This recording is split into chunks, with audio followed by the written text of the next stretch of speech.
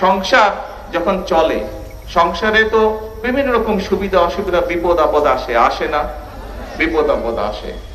স্বাভাবিকভাবে দেশও একটা পরিবারের মতন। একটা পরিবারে হয়তো 5 জন 7 জন বা 8 জন 10 জন মানুষ থাকে, কিন্তু এই যে বাংলাদেশ নামক বিশাল পরিবার, এই পরিবারে প্রায় 20 কোটি, এই পরিবারের সদস্য সংখ্যা হচ্ছে প্রায় 20 কোটি।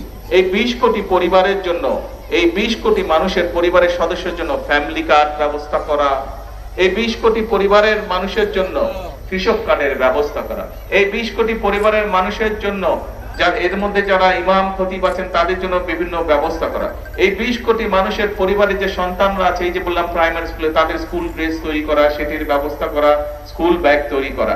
এর বাইরেও এই 20 কোটি মানুষের জন্য চিকিৎসার ব্যবস্থা করা, এই 20 কোটি মানুষের জন্য শিক্ষার ব্যবস্থা করা, সন্তানদের শিক্ষার ব্যবস্থা করা।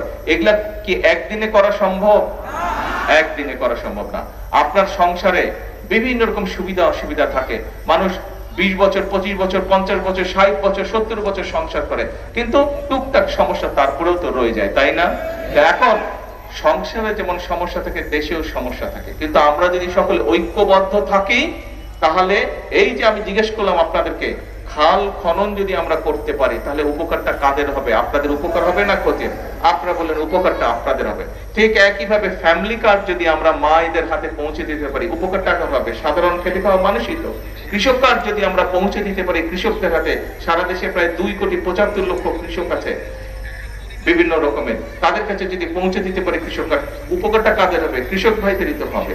আমরা যদি এলাকার ভিতরে গ্রামে গঞ্জে রাস্তাঘাট গুলো, স্কুল কলেজ গুলো, ব্রিজ কালভার গুলো ঠিক করতে পারি, তাহলে মানুষের উপকার হবে না অন্য কারো উপকার হবে? মানুষের উপকার হবে। এইভাবে কাজগুলো আমরা করতে চাই। এখন ভাই চলতে গেলে বিভিন্ন হয়। কয়েকদিন আগে আপনারা, কয়েকদিন এই 3-4 দিন আগে ঢাকায় একটি অত্যন্ত অন্যায়, অত্যন্ত দুঃখজনক একটি হৃদয় বিদারক একটি ঘটনা